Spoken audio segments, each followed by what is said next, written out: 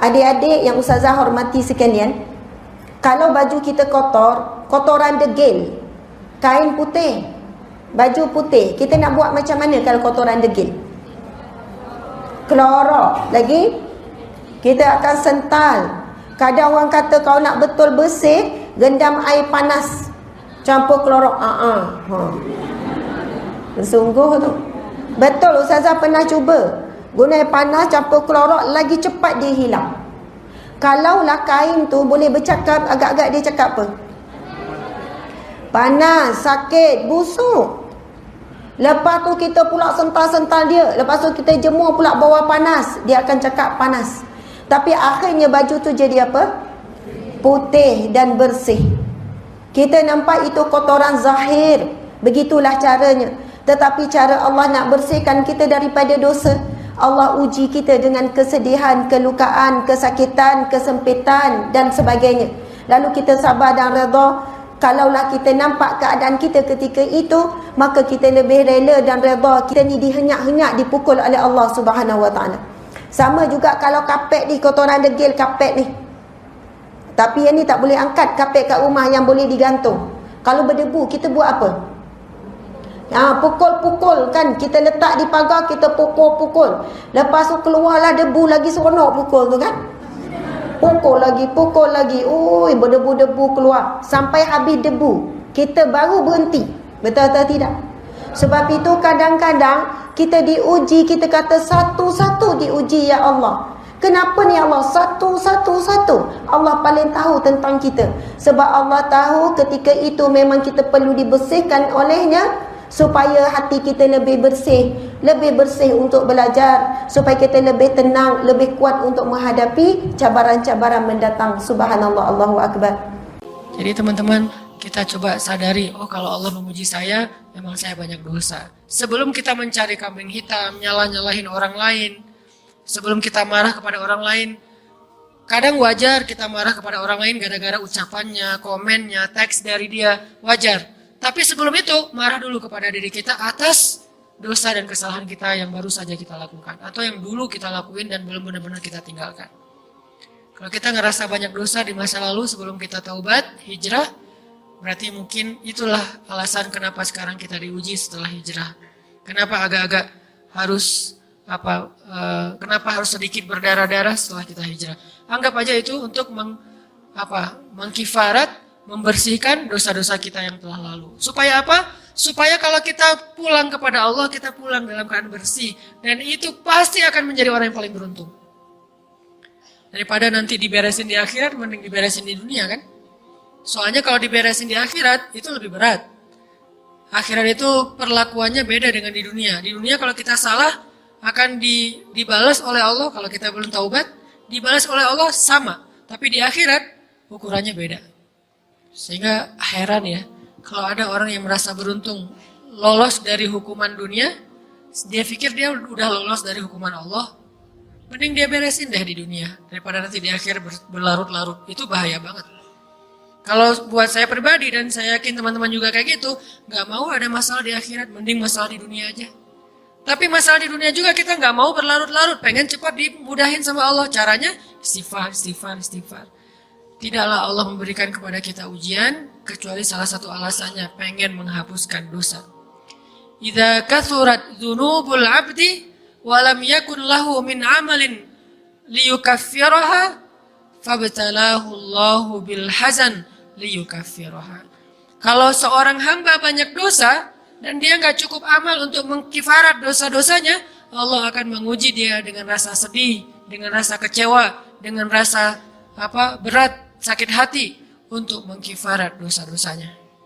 Sehingga kalau ada masalah sama orang lain, kita memperbaiki diri dulu. Bukan sibuk dengan kesalahan dia terus-menerus yang gak mau kita maafin. Tapi kan yang salah dia, ya. Tapi mungkin dia gak akan bersikap kayak gitu kalau kita gak punya dosa. Allah sengaja mengutus dia untuk menguji kita lewat kata-katanya, lewat perilakunya, karena kita punya dosa. Allah kirim kita ujian, bisa manusia, bisa alam, bisa dalam diri kita sendiri. Itu semuanya adalah cara Allah untuk menguji kita dan membersihkan dosa-dosa kita. Ini yang kita bangun pertama. Yang kedua, kata Nabi, Di dalam hadis Bukhari, "May yuridillahu bihi khairan."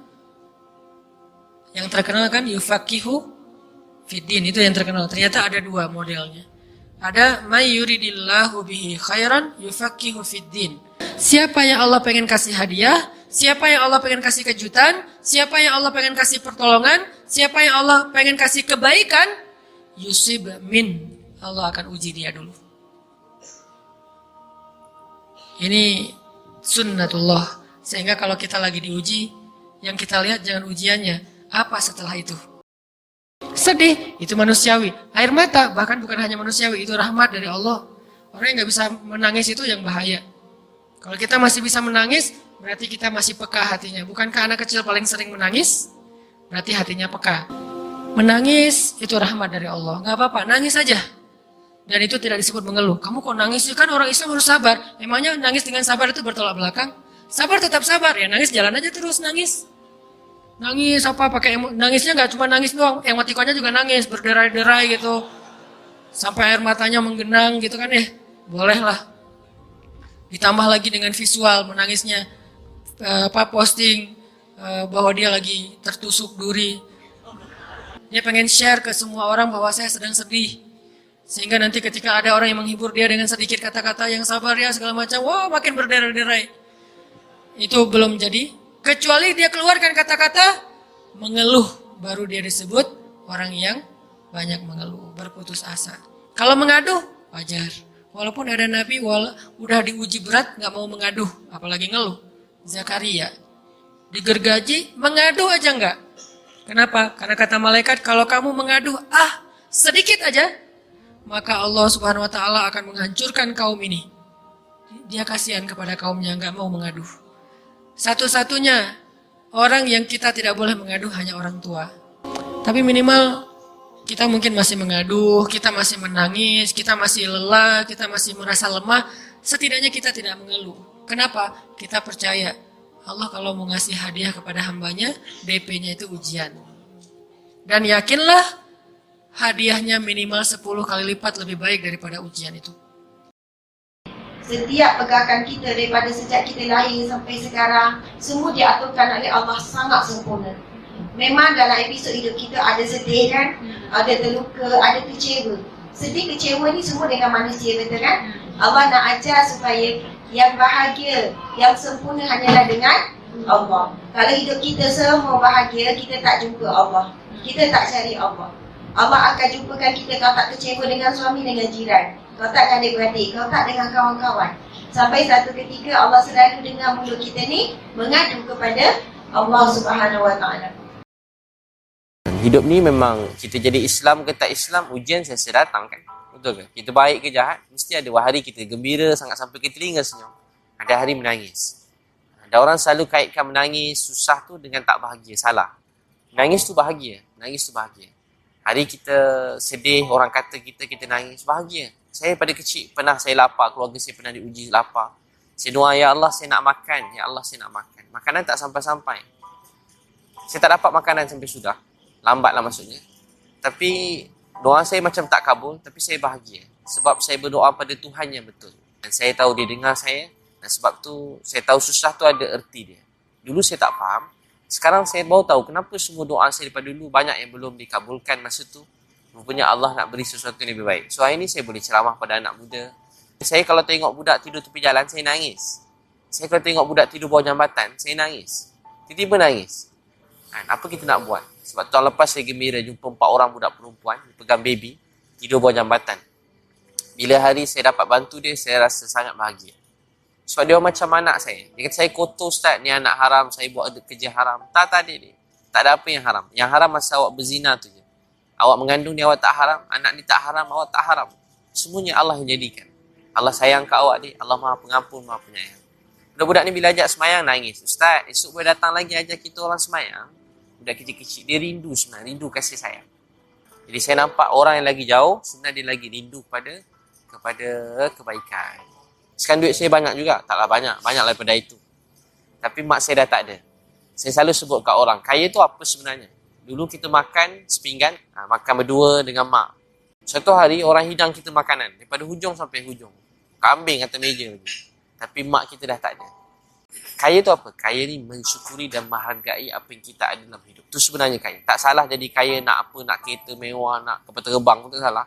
Tapi salah kalau kita tak mensyukuri apa yang kita ada. Jangan putus asa. Nabi tak pernah putus asa dengan kita semua. Kita paling kurang orang terdekat dengan kita. Jangan putus asa. Adik-beradik kita, mak ayah. Rapatkan hubungan kasih sayang sentiasa. InsyaAllah begitu. Bila kita rasa tak tahu apa nak buat, kita rasa lemah, rasa buntu, mungkin kita dianiaya orang, kita dizalimi oleh orang lain, dan kita rasa sedih dan kita tak ada ungkapan untuk kesedihan kita. Kita bangun malam, pertama sekali kita mengadu pada Allah Subhanahu Wa Taala. Malam-malam kita bangun 2 rakaat solat tahajud. Segala kesedihan kita, segala kesusahan kita, segala apa yang kita fikirkan, ya Allah, saya tak tahu apa yang sedang terjadi, apa musibah yang telah datang. Ya Allah, saya minta ampun pada Engkau. Setelah apa yang terjadi ini, Allah Subhanahu Wa Taala nak kita semua semakin rapat dengan Allah. Semua musibah dalam dunia, apa saja musibah yang datang, kesakitan, kematian, hidup kita, hidup saya, hidup tuan puan, semuanya yang terjadi satu tujuan. Apa tujuan tu? Kerana Allah sayang kita. Kerana Allah sayang kita. Setiap orang yang zalim, orang yang jahat, orang yang menzalimi orang lain, setiap kejahatan pasti akan dibalas oleh Allah SWT. Seperti itu juga setiap kebaikan, setiap akhlak yang mulia, setiap doa yang baik, setiap usaha yang baik, semuanya dibalas oleh Allah SWT. Bila kita buat baik, walaupun orang tak nampak, orang tak tahu, orang tak hargai, sebenarnya tak penting. Yang penting Allah sayang kita. Allah sayang saya, Allah sayang tuan puan. Jadi apa yang terjadi, kita nak Allah sayang kita. Ada orang yang bila musibah datang, membuat mereka semakin hampir pada Allah. Mereka semakin rindu pada Allah. Mereka semakin sayang pada Allah. Mereka menjadi orang lebih baik dalam hidup. Mereka menjadi orang lebih jaga solat lalu waktu. Mereka menjadi orang yang dekat dengan Allah Subhanahu Wa Taala. Tapi ada orang bila musibah datang, membuat dia jauh dari Allah. Dia menjadi orang yang teruk, jahat. Dia menjadi orang yang penuh dengan kebencian, dengan dendam. Tak tahu pun nak buat. Waktu malam kita mengadu pada Allah Subhanahu Wa Taala. Ya Allah, saya mengadu kelemahan dan kedaifan saya pada Engkau. Umar radhiyallahu anhu pernah sekali dia nangis waktu malam. Innama ashku bathi wa huzni ilallah, kepada Allah aku adukan kesedihan aku, dan kepada Allah aku adukan kesusahan aku. Dalam Sahih Muslim, Nabi SAW sujud waktu malam. Sepanjang malam Nabi SAW nangis. Datang Jibril alaihi salam, telah kata, ya Rasulullah, Allah tanya pada kamu, kenapa kamu menangis? Sedangkan Allah Maha mengetahui. Allah saja nak dengarkan kita kisah ni. Ya Rasulullah, dahlah menangis. Kalau kata lain, dahlah nangis, cukuplah nangis. Sahih Muslim. Dia kata, ya Allah, maafkan dosa umat aku. Sepanjang malam Nabi SAW menangis untuk kita semua. Tapi hari ini agama ni dalam keadaan yang sangat tenat dan lemah. Sangat tenat dan lemah. Nama-nama Allah ni kita sebut dalam doa kita. Antaranya ya Arhamar Rahimin, ya Arhamar Rahimin, ya Arhamar Rahimin. Tidak ada yang lebih sayang kita, lebih daripada Allah sayang kita. Kita rasa Allah sayang saya, Allah benar-benar sayang saya. Kita sebut nama Allah ini, maka bila kita doa, Allah kabulkan doa kita. Malam-malam doa sampai air mata kita berlinangan, sampai kita benar-benar rasa berdosa. Kita rasa kita tidak disayangi. Sebenarnya kita sedang disayangi oleh yang Maha menyayangi, yakni Allah Subhanahu Wa Taala. Dia yang ciptakan rasa cinta, Dia yang ciptakan rasa sayang, Dia yang ciptakan rasa kasih, Dia yang cipta rasa belas, Dia yang ciptakan kerinduan, Dia yang ciptakan kelembutan, Dia yang ciptakan segala kebaikan dalam dunia. Dia yang ciptakan rasa cinta seorang mak pada anak dia.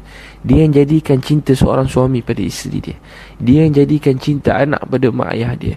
Dia yang jadikan cinta Nabi SAW kepada manusia ini. Dia yang beri dalam hati Nabi rasa cinta pada umat. Dia yang letakkan rasa cinta Nabi pada sahabat. Dia yang letakkan rasa cinta sahabat pada Nabi. Dia yang letakkan rasa cinta dalam hati semua manusia dalam dunia. Dia yang letakkan rasa cinta walaupun satu ekor haiwan kepada anak dia. Dia yang letakkan rasa cinta dalam hati manusia. Tak ada orang lebih sayang kita lebih daripada Allah sayang kita. Yang kedua, ulang-ulang kali sebut Ya Hayyu Ya Qayyum, Ya Hayyu Ya Qayyum. Yang hidup, yang berdiri sendiri, yang maha berkuasa, yang menguruskan segala sesuatu. Ulang-ulang kali sebut. Hati kita yakin sebenar-benarnya, dulu, kini, selama-lamanya ialah Allah Subhanahu Wa Taala.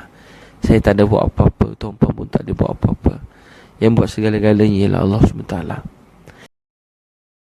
Jadi teman-teman, poin pertama bab kecewa. Kalau kita kecewa, saya yakin semuanya pernah kecewa dan mungkin masih akan kecewa atau bahkan lagi kecewa sekarang. Kelihatan dari muka-mukanya. Kecewa sama saya. Kenapa ceramahnya lama sekali? Jadi kalau lagi kecewa, apa poinnya tadi? Panggillah Allah. Ya Allah, Ya Jabbar, wajiburni, hibur saya ya Allah. Hibur saya, hibur hati saya ya Allah. Ya ayyuhal muzammil. Ini dua kondisi Nabi lagi tidur dan dipanggil Allah. Satu, ya ayyuhal muddathir. Satu lagi, ya ayyuhal muzammil. Tidur kenapa Nabi? Bukan tidur, tertidur. Gara-gara capek seharian berdakwah dan capek seharian dibully. Dibully di mana-mana, pergi ke pasar, dibully di pasar, pergi ke tempat pertemuan, dibully di tempat pertemuan, pergi di sepanjang jalan, dibully di sepanjang jalan, pergi ke rumah keluarga besarnya, ke tetangganya, ke pamannya, ke sepupunya, dibully oleh tetangga dan keluarga besarnya. Kemanapun beliau pergi, beliau dibully, dihina, dicela seharian dari pagi. Satu kota Mekah ngebully beliau. Pulang malam-malam ngomong ke Khadijah, Khadijah zammiluni, zammiluni. Khadijah selimuti aku, selimuti aku. Khadijah pengertian, diselimuti Rasulullah, diusap-usap kepala Rasulullah. Tenang Rasulullah, tenang ya Rasulullah, la tahzan ya Rasulullah. Allah nggak akan ninggalin kamu, Allah tuh sayang sama kamu. Tapi di tubuh Rasulullah tuh banyak lemparan, bekas lemparan, dibersihin sama Khadijah. Setelah Khadijah wafat, nanti yang menggantikannya Fatimah yang bersihin bekas-bekas lemparan orang. Ada yang lemparin kotoran, ada yang lemparin barang apa, benda-benda keras sehingga melukai Nabi, dibersihin sama Khadijah. Udah capek, Nabi tertidur. Udah beres urusan, dihibur oleh Khadijah. Begitu sampai waktu yang hening, Khadijah udah tertidur, penduduk seluruh bumi udah tertidur. Allah memanggil kekasihnya, ya ayyuhal muzammil, wahai orang yang berselimut. Itu panggilannya lembut. Jadi kita kalau baca surah Al-Muzammil jangan ya, enggak gitu. Allah manggilnya enggak gitu, kaget atau orang lagi tidur ya. Nah, ayatnya aja lagi berselimut, manggilnya teriak-teriak. Jangan, itu namanya prank. Itu bukan tilawah, itu ngeprank. Makanya jangan tilawah sambil ngeprank. Ya ayyuhal muzammil, wahai orang yang berselimut, kumil laila illa qalila. Di situ kelihatan Allah tuh pengertian banget. Kumil lail illa qalila. Bentar aja, nggak usah lama-lama. Kenapa? Karena begitu Nabi berdiri sholat, disitulah Allah akan menghibur hati Nabi. Kalau kita belum bisa terhibur dengan sholat tahajud, atau minimal dengan sholat 5 waktu, berarti hati kita berpenyakit, fi qulubihim marad, dan itu harus kita obatin. Obatnya apa? Obatnya istighfar. Kalau orang banyak dosa, belum bertaubat, belum beristighfar kepada Allah, dia susah minta dihibur oleh Allah. Nanti dia kayak nuduh Allah gak menghibur dia, padahal Allah udah sering menghibur dia, cuman gak berasa di hatinya. Karena hiburan Allah itu hanya bisa dirasakan oleh orang-orang yang hatinya bersih.